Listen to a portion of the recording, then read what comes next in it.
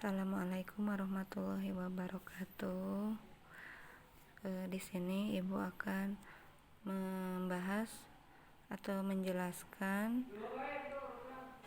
materi dari kegiatan pembelajaran 4, yaitu menganalisis pencatatan bukti transaksi yang sudah pernah disampaikan di Kuiper beserta dengan videonya, video YouTube-nya. Mudah-mudahan kalian semua sudah menontonnya, mempelajari materinya, sehingga Ibu sampaikan di sini ada bayangan tentang materi yang kita bahas ini. Nah, untuk tujuannya silahkan dibaca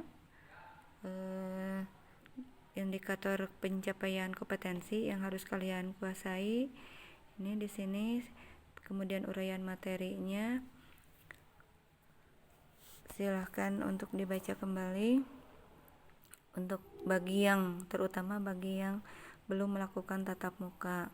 Yang tatap muka kemarin sudah disampaikan di kelas apa tujuan dari penggunaan prinsip persamaan dasar akuntansi dalam hal menganalisis pencatatan bukti transaksi.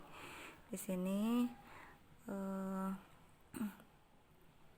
pentingnya persamaan dasar akuntansi untuk sebuah perusahaan bisnis adalah yang utamanya adalah sebagai satu, supaya pembukuan dari keuangan perusahaan lebih tertib, lebih rapi, dan yang pasti lebih aman, sehingga keluar masuk uang, keluar masuk harta atau aset itu tercatat sedemikian rupa dan sesuai dengan kejadian atau sesuai kronologisnya. Kemarin mungkin sudah pernah dibaca atau ditonton video YouTube-nya rumus dari persamaan akuntansi, yaitu harta atau aktiva, disebut juga harta itu sebagai aktiva, adalah sama dengan jumlahnya dengan hutang ditambah modal, atau modal si pemilik adalah harta dikurangi hutang ke pihak luar, ya. Nah, di sini harta kita katakan sebagai aktiva, kemudian utang dan modal kita katakan sebagai pasiva. Silahkan dibaca materinya supaya lebih jelas. Ibu akan langsung masuk ke contoh pengerjaan membuat tabel persamaan dasar akuntansi. Di sini contohnya adalah pada tanggal 1 Januari 2020, perusahaan yang bergerak di bidang servis sepeda motor dengan nama Servis Sepeda Motor Mentereng melakukan beberapa transaksi sebagai berikut.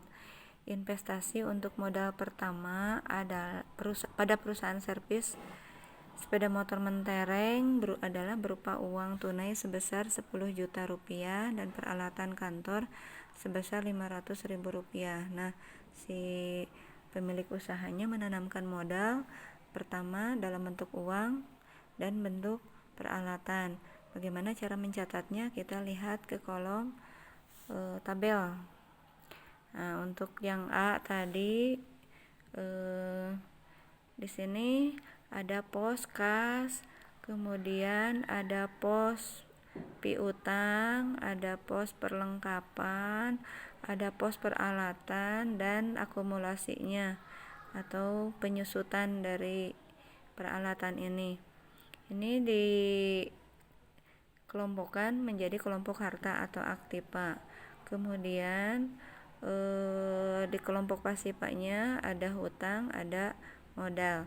Nah, kolom aktiva ini jumlah uangnya atau jumlah nominal uangnya harus selalu sama atau seimbang dengan jumlah yang ada di kolom pasiva, baik di modal ataupun di utang. Kalau tidak di utang berarti ada di modal. Jumlahnya itu harus seimbang dengan sisi yang aktiva. Kalau tidak sama berarti ada pencatatan yang keliru atau salah. Nah, tadi untuk modal awal senilai 10 juta di kas itu untuk mencatat nilai uang yang dimiliki oleh perusahaan dalam bentuk tunai. Biasanya disimpan dalam bentuk berangkas atau peti kas. Nah, di sini dicatat sebagai keterangannya atau bahasa akuntansinya adalah akun kas, sebagai akun kas. Nah, tadi ditanamkan 10 juta rupiah. Kita catat 10 juta rupiah di kolom kas. Kemudian tadi ada modal peralatan juga senilai 500.000 rupiah. Kita catat di kolom peralatan. Dan sebagai penyeimbangnya tadi karena modal asli pemilik artinya modal pribadi yang dikeluarkan, maka di sini dicatat sebagai modal senilai 10.500.000, nilai uang 10 juta ditambah nilai peralatan 500.000 rupiah dijumlahkan menjadi 10.500.000 dan dicatat di kolom keterangan sebagai investasi awal. Kemudian selanjutnya kita lihat nomor 2 soalnya. Yang B, membayar sewa atas ruangan usaha bengkel sebesar 600.000 rupiah untuk 1 bulan. Untuk 1 bulan. Ya, jadi ada biaya pertama yang dikeluarkan yaitu ngambil uang kas senilai 600.000 rupiah. Karena sifatnya mengurangi, Ibu kasih warna yang berbeda dengan warna merah. Itu untuk membedakan dengan yang sifatnya menambah. Karena ini sifatnya mengurangi yaitu beban sewa, maka saldo yang di B atau nomor 2 ini yang tadinya 10 juta dikurangi 600.000 rupiah, saldonya menjadi 9.400.000 rupiah. Kemudian sebagai penyeimbangnya kalau modal di sini juga harus dikurangi dengan nilai yang sama yaitu 600.000 rupiah sehingga saldo modal adalah menjadi 9.900.000 rupiah dan di keterangan dicatat sebagai beban sewa. Selanjutnya untuk nomor soal bagian C yaitu membeli perlengkapan bengkel secara kredit. Nah, di sini harus dicatat ada pembelian perlengkapan dibeli secara kredit artinya tidak tunai. Kredit itu artinya pembayaran yang ditangguhkan. Tidak langsung ada barang ada uang, tetapi mungkin berjangka waktu, mungkin seminggu atau sebulan atau berapa lama, itu sesuai dengan perjanjian antara pembeli dan penjual di sini. Di sini adalah perlengkapan yang dibeli itu senilai 400.000 dan peralatan bengkel senilai 1 juta rupiah. Bagaimana mencatatnya? Di tabel persamaan kita lihat ke sini. Karena tidak mengeluarkan uang langsung, jadi saldo kas tetap masih 9.400.000. Tapi di kolom perlengkapan ini ada pertambahan karena barang datang, jadi nilainya yang dicatat yaitu senilai 400.000 rupiah. Kita saldonya juga diturunkan, ditulis lagi 400.000 rupiah. Kemudian ada peralatan yang tadi dibeli senilai 1.500.000 sehingga ditambahkan dengan yang di atas menjadi 1.500.000 rupiah. Kemudian apa yang penyeimbangnya di kolom pasipa atau di sisi pasipa. Nah, di sini hutang yang bertambah yaitu 400.000 rupiah tadi ditambah 1 juta rupiah sehingga menjadi 1.400.000 rupiah. Kita saldonya turunkan lagi di bawah, dicatat di bawah lagi supaya terlihat jelas kolom saldo. Untuk kalau di bawahnya adalah kolom saldo. Dan ini saldo modal untuk transaksi setelah pembelian perlengkapan dan peralatan tadi menjadi tetap 9.900.000 karena belum ada uang yang dikeluarkan. Pengeluarannya masih dicatat dalam bentuk hutang. Nah, kita di sini pembelian ya, catat sebagai pembelian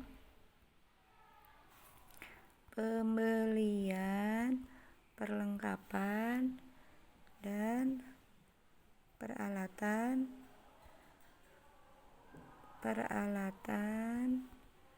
bengkel. Oke. Selanjutnya untuk nomor D. Memperoleh pendapatan atas jasa yang telah diberikan selama 1 minggu sebesar Rp1.600.000. Nah, ini usaha bengkelnya karena sudah beroperasi dan telah menerima jasa servis, telah melakukan kegiatan servis, maka perusahaan mendapatkan penghasilan atau pendapatan dari jasa servis tadi yaitu Rp1.600.000. Maka dicatat di sini yaitu Rp1.600.000 karena sifatnya menambah. Ibu kasih tanda hitam ya, jadi kas bertambah, uang kas bertambah, sehingga yang tadinya saldo itu Rp9.400.000 ditambah Rp1.600.000, maka menjadi senilai Rp11 juta. Jadi sekarang ada Rp11 juta. Sementara nilai perlengkapan masih sama Rp400.000, untuk peralatan masih tetap Rp1.500.000. Nah, hutang belum dibayar masih tetap ada catatan hutang Rp1.400.000. Dan di kolom modal di sini juga sebagai penyeimbang adalah pendapatan servis, maka ditambahkan juga di kolom modal Rp1.600.000, sehingga modal terakhir adalah Rp9.900.000 ditambah Rp1.600.000, yaitu senilai Rp11.500.000. Nah, untuk selanjutnya yang poin E, membayar tagihan listrik dan air untuk bulan Januari 2020 sebesar Rp200.000. Nah, ini yang E ya, Rp200.000 untuk air dan listrik. Yang E. Nah, nomor 5 Ibu catat lagi dengan tanda merah karena sifatnya mengurangi. Tadi dikeluarkan uang untuk bayar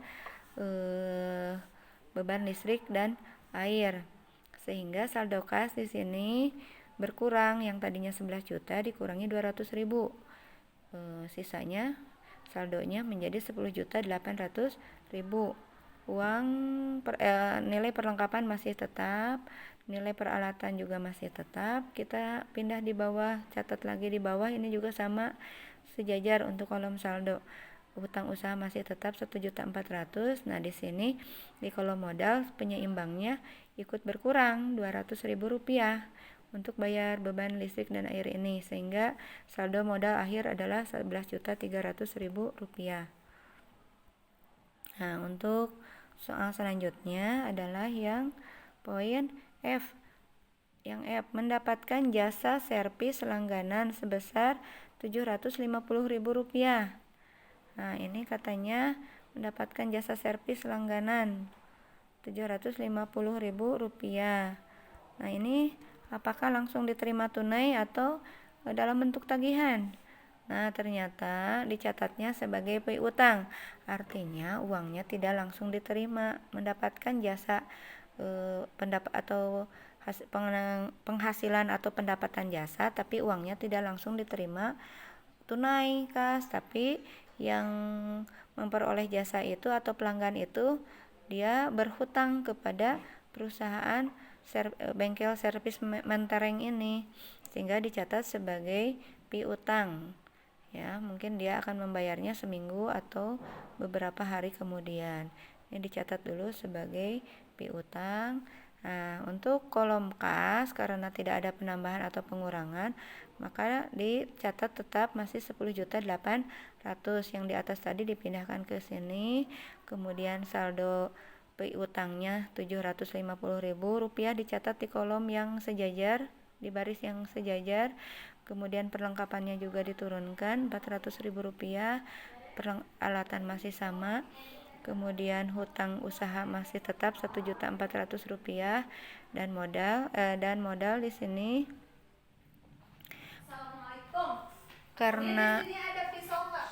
karena bertambah, jadi pendapatan Di sini nilainya berubah menjadi 12.050.000 rupiah.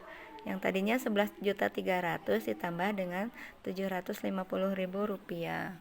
Nah, ini pendapatan modal sudah bertambah meskipun uangnya belum diterima, tapi ini bentuknya berupa tagihan yang nanti akan diuangkan pada waktu jatuh tempo orang itu membayar atau pelanggan yang tadi kredit membayar. Selanjutnya untuk soal yang H, membayar sebagian hutang atas pembelian perlengkapan sebesar Rp250.000. Ya, membayar sebagian hutang atas pembelian perlengkapan sebesar Rp250.000. Jadi bayar utang, ya, membeli perlengkapan tadi kredit Rp250.000 dibayar, kemudian menerima pelunasan piutang, ya. Berarti si pelanggan bengkel tadi, pelanggan servis bengkel tadi ada yang bayar hutangnya Rp500.000. Nah, jadi perusahaan bagaimana mencatatnya? Nih, kita lihat kolom nomor 7. Nah, di sini perusahaan mengeluarkan uang tadi bayar hutang senilai Rp250.000 untuk membayar hutang perlengkapan. Nah, kolom hutang juga ikut berkurang, ya, Rp250.000 karena tadi dibayar itu, sehingga saldo hutang menjadi berapa? 1.400.000 dikurangi 250, nilai saldo hutang menjadi 1.150.000 berkurang. Ini peralatan masih sama, perlengkapan masih sama, kemudian untuk piutang masih sama. Di sini terus untuk kas yang tadinya 10.800.000 dikurangi 250, saldonya berkurang menjadi Rp10.550.000. Kemudian untuk pembayaran penerimaan pelunasan dari piutang, Ibu taruh di nomor berikutnya, di nomor 8, biar kalian tidak pusing, biar bisa membedakan. Tadi pengurangan, sekarang ada pertambahan senilai Rp500.000, sehingga nilai kas berubah menjadi Rp11.050.000. Nah, untuk kolom piutang, karena tadi ada yang melunasi, ada yang bayar Rp500.000, saldo piutang kita catat menjadi Rp250.000, yang tadinya 750 dikurangi 500, ya, jadi Rp250.000. Untuk perlengkapan masih sama, belum ada penambahan atau pengurangan. Peralatan juga masih tetap. Hutang yang tadi 1.150 kita turunkan. Yang ini untuk modal, karena ada pelunasan piutang, ada pertambahan.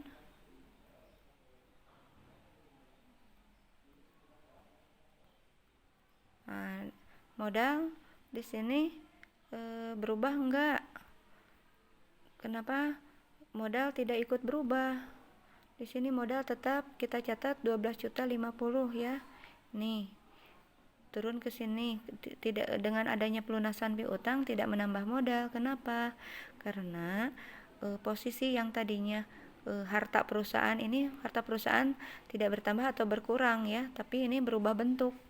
Ini masih tetap tadinya ada di kolom piutang, sekarang pindah ke kolom kas. Jadi sebenarnya secara jumlah masih tetap sama, jumlah hartanya masih tetap sama, hanya berubah bentuk saja. Yang tadinya bentuk tagihan, sekarang uangnya sudah diterima. Jadi di sini modal tidak ikut bertambah, karena bertambahnya tadi ketika si pelanggan dicatat sebagai piutang. Ketika di sini ada pencatatan piutang, nah di sini ada pertambahan modal. Jadi ketika si piutang itu bayar, si modalnya tidak bertambah lagi, kan sudah dicatat, jadi tidak double mencatatnya, cukup sekali di awal waktu transaksi saja.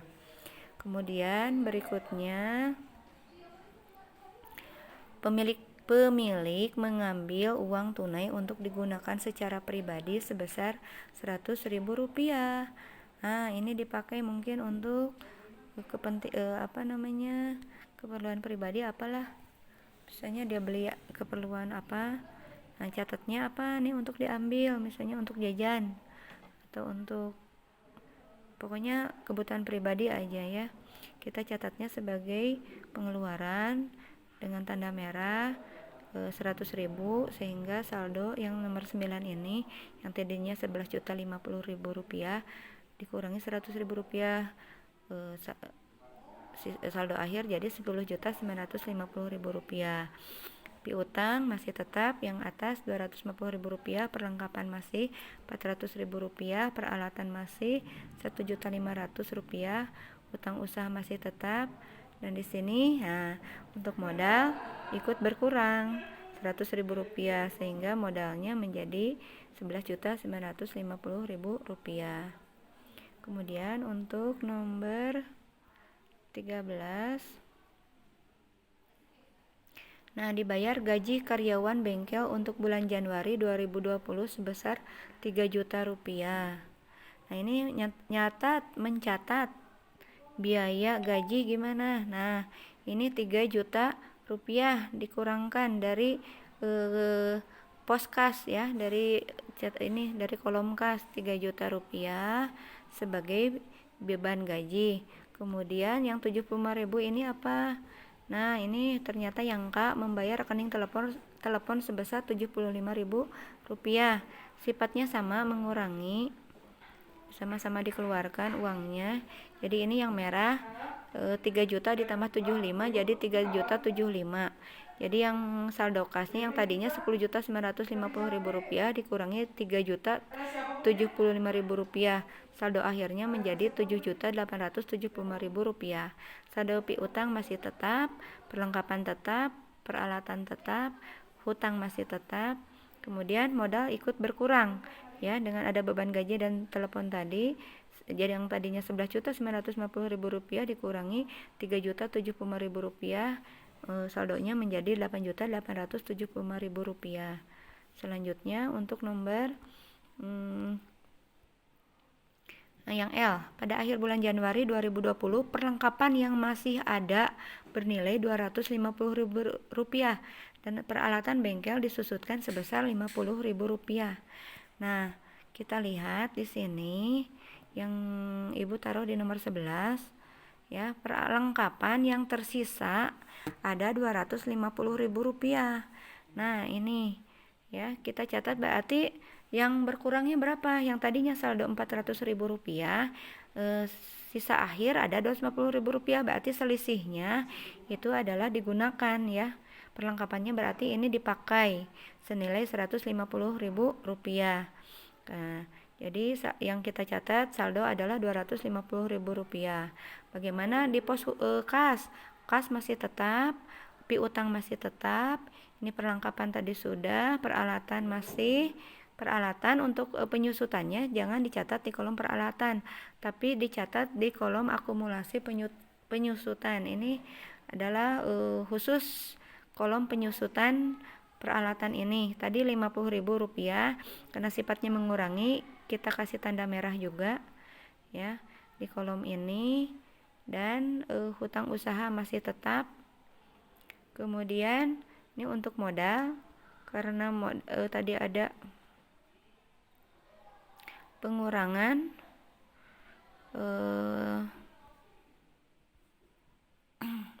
ini ikut berkurang modalnya. Yang tadinya Rp8.875.000 dikurangi Rp150.000 sebagai beban perlengkapan dan Rp50.000 sebagai beban penyusutan. Maka kalau modal berubah menjadi Rp8.675.000. Kemudian soal yang terakhir, mendapatkan jasa servis sebesar Rp1.500.000. Rp1.500.000. Nah, ini pendapatan kita catat lagi di sini untuk sebagai pertambahan. Yang tadinya saldo kas Rp7.875 ditambah 1.500.000, saldo akhir menjadi Rp9.375.000. Piutang masih tetap, perlengkapan masih tetap, peralatan masih tetap. Saldonya kita akumulasi kita turunkan Rp50.000 dan hutang usaha masih tetap. Dan ini karena ada pendapatan servis tadi, modal pun berubah. Yang tadinya Rp8.675.000 ditambah dengan Rp1.500.000, sehingga modal saldo akhir modal adalah Rp10.175.000. Nah, untuk mengecek kebenaran dari pembuatan tabel atau penyusunan tabel persamaan dasar akuntansi ini, kita cocokkan jumlahnya, akurkan yang kolom kas ini ditambah yang di piutang, ditambah perlengkapan, ditambah peralatan, kemudian kurangi Rp50.000. Hasilnya harus segini. Ternyata silahkan cek sama kalian, hasilnya Rp11.325.000. Dan ini juga kita jumlahkan kolom hutang dengan modal, yaitu ya, ini jumlah pasipa ya, hutang dan modal adalah kolom pasipa. Ini harus sama nilainya Rp11.325.000. Kalau sama jumlahnya antara kolom aktiva dengan jumlah atau kolom pasipa, berarti pengerjaan kita sudah benar. Kalau berbeda berarti ada yang salah dan kita harus recheck kembali dari atas di mana letak kesalahannya.